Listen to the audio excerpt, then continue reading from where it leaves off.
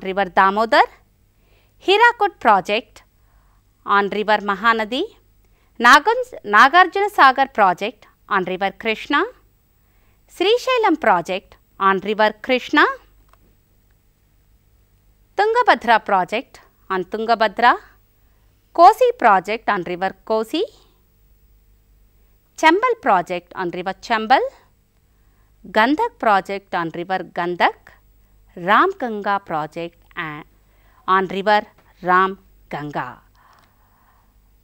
So, this water is used for agriculture purpose. In agriculture, we have 3 crops. Among these, Kharif and Rabi. At these 2 seasons, almost all over the India they produce the crops, whereas Zayat only at Zayat it is possible wherever the irrigation facilities are there, like where perennial rivers are there. Kharif is produced from June to October, Rabi from November to March, Zayat April to June, that is in the month of summer, in the season of summer. Now, I will be saying about the important crops and where the highest production of the crop I will be saying. Students, I think you are taking a note of all the points what I am saying. Please write all the points, go through the points, it will help you in get through the NTSE examination. The first crop we have is the paddy. The highest production state is West Bengal, wheat produced at Uttar Pradesh, maize at Andhra Pradesh, sugarcane, Maharashtra, cotton is produced at Gujarat, tea is produced at Assam, coffee is produced at Karnataka, natural rubber is produced at Kerala. Apart from this, we have 3 words which are related to agriculture. Green Revolution. Green Revolution, it says about increase in the production of crops using hybrid seeds, fertilizers, pesticides. Whenever the crops increase, you call that is as Green Revolution. So, after the independence in the first 5-year plan, we have adopted the increase in the food production. So, that time Green Revolution has taken place and it is continuing now. Next, we have White Revolution. This says increase in the milk production.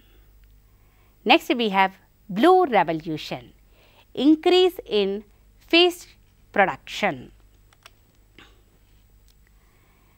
Next, we have the minerals. Among the minerals, we have iron. Iron is produced at many places, but I will be saying where highest it is produced.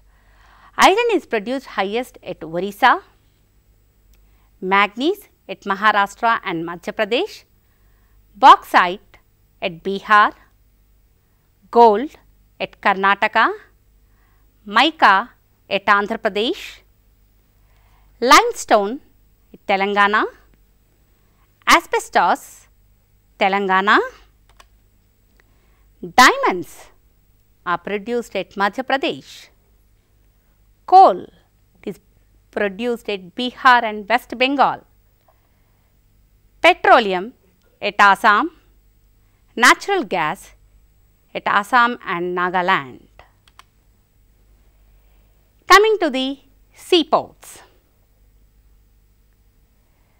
We have many seaports as India is having the longest coastline, that is at west we are having a big coastline and at east also we are having Arabian Sea, down Indian Ocean, and at the east we have the Bay of Bengal. There are many ports, but I will be saying the ports which are very important where high import and export takes place. We have Mumbai port, Calcutta port, Chennai port, Visakhapatnam port and Cochin port. Next, coming to the airports. So, we have international airports. Indira Gandhi International Airport at Delhi. You all know what is meant by international airports. Airplanes coming from other countries and going to other countries. You call that airport as an international airport. The other airports we have is a domestic airport, that is from one state to another state within India. When airplanes go, you call it as a domestic airport. So, I will be saying about the international airports. The first one we have Indira Gandhi International Airport at Delhi, Chhatrapati International Airport at Mumbai, Kempegowda International Airport at Bengaluru, Chennai International Airport at Chennai, Netaji Subhash Chandra Bose International Airport at Calcutta, Rajiv Gandhi International Airport at Hyderabad in Telangana. So, dear students, I think you came familiar with the geography lessons. I have covered almost all the lessons which cover the NTSE examinations. Please go through all the lessons and make a note of it, whatever the notes you have taken. Add some other additional notes by reading all the lessons. Make point wise according to lesson concept. You can have a mind map, you can have a table timeline chart, you can have a tabular form, so that you can remember all the points. And then you paste all the papers around to the walls. Try to learn and then remember the points. So, this is how you can go through the geography examination at NTSE. In geography, it covers 10 marks. You will be getting 10 questions. So, you have to answer. Most of them, they may be on climate, they may be on population, they may be on agriculture, they may be on the physical features. So, you have to remember the percentages, dates, locations, the highest production places where you find the minerals. Please go through the lessons and make your own personal notes so that you can remember. In NTSE examinations, every question what they are giving, it covers from the textbook. They do not give any general knowledge question or outside question apart from the textbook. Your 10th class books, your 9th class books are the best material for your preparation. Apart from your books, you can use ICSE and CBSE books. These books, they give wide knowledge and wide information. If you read all the lessons, I am sure 100% that you will get success in your NTSE examination. The next topic we have is economics. In economics, I will be giving certain details and percentages as per the census of 2015. Coming to the population, the total population of our country according to the at present census, that is 1.28 billion. Coming to the literacy rate, 75% people are literate, and coming to the life expectancy, 66.21 years is the life expectancy of the Indians. Then we have infant mortality rate, that is 52 per 1000 births. Then we have Human Development Index. Human Development Index, it is measured by seeing life expectancy, literacy, education, sanitation and per capita income of a country. If a country is having high percentages, then you call that country as a developed country. And if a country is having low percentages, then you call it as an underdeveloped country. Then we have sex ratio. We have 943 females for every 1000 males. Then going to the characteristics of Indian economy. After the independence of 1947 August 15th, Indian economy was very poor, backward, and we were not self-reliant, we used to depend upon others. If we see the different sector wise, predominance of agriculture. Agriculture was not developed, shortage of food crops, food grains, and other industries were very lack. We were not having fertilizers, hybrid seeds, and the tools for agriculture were not there. Then we find organized and unorganized sectors. Organized refers to the big industries, large scale industries were very less, small industries were also very less. Next you have dependence on monsoon.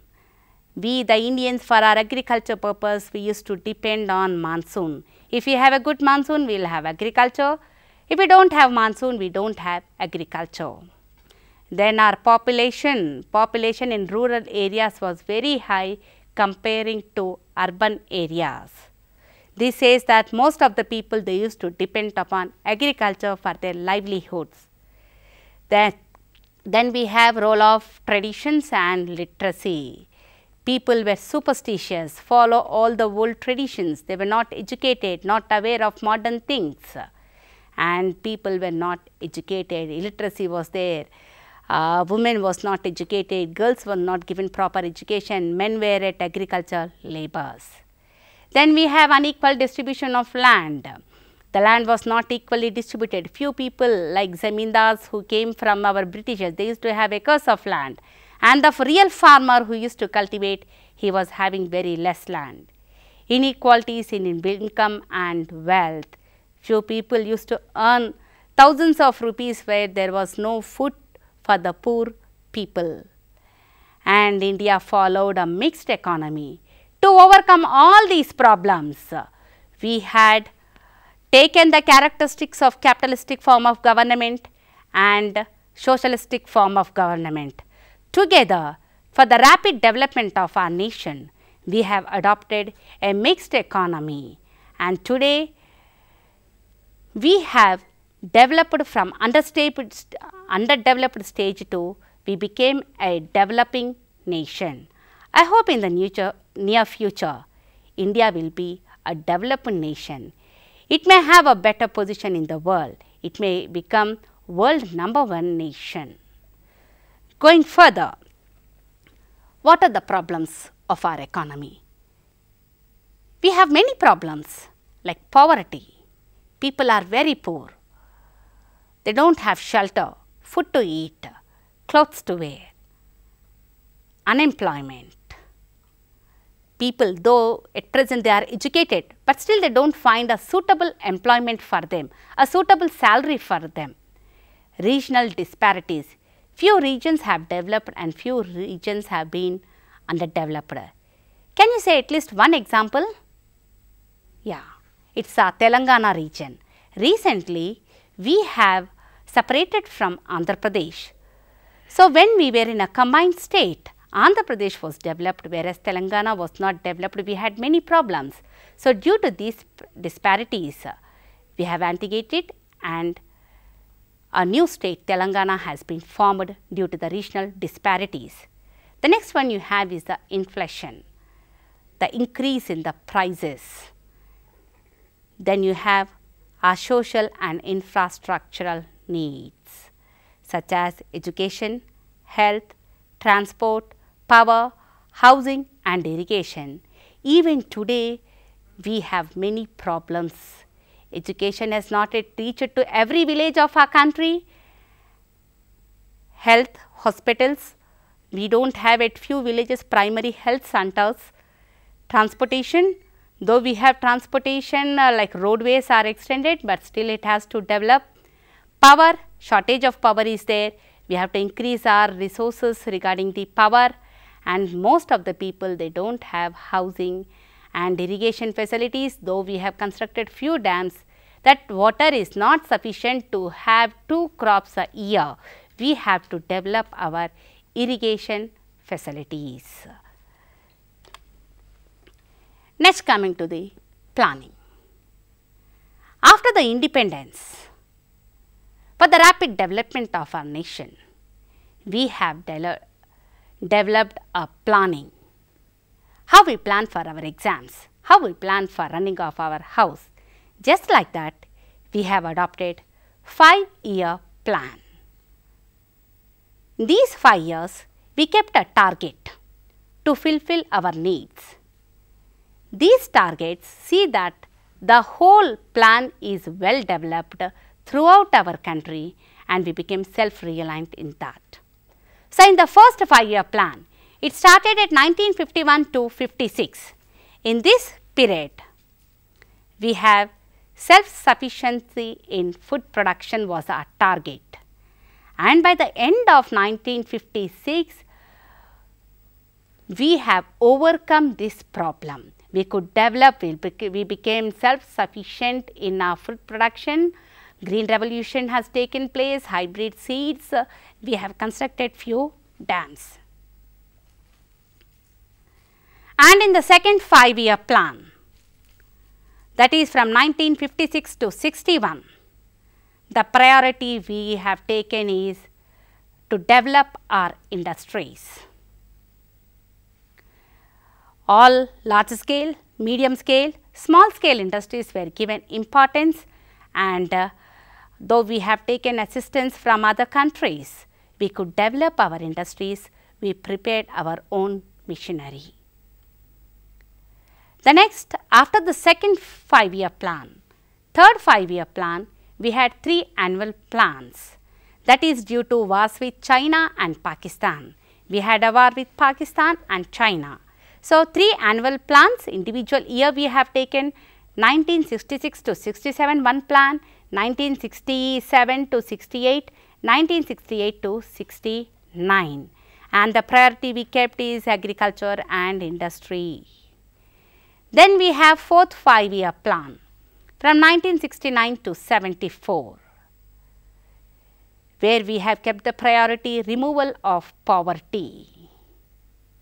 Then we have fifth 5-year plan from 1974 to 78, in which India wanted to become a self-reliant, that is not taking the help of any other country, depending our own self, our own production, our own distribution. So, that was a priority kept by us, and to far extent we became self-reliant. Next, we have the 6th 5-year plan, that is from 1978 to 83. We have kept the same action plan, that is self-reliance. Next, we have 7th 5-year plan, 1985 to 1990, where importance was given for employment, food production. Then we went for 8th 5-year plan, which starts from 1992 to 1997, 1991 to 92, 2 annual plans we had. Due to the political disturbances, we could not have the complete 5-year plan. Next, we have the 9th 5-year plan from 97 to 2002, where we have taken development of public and private sectors. All the industries which come under public and private we try to develop.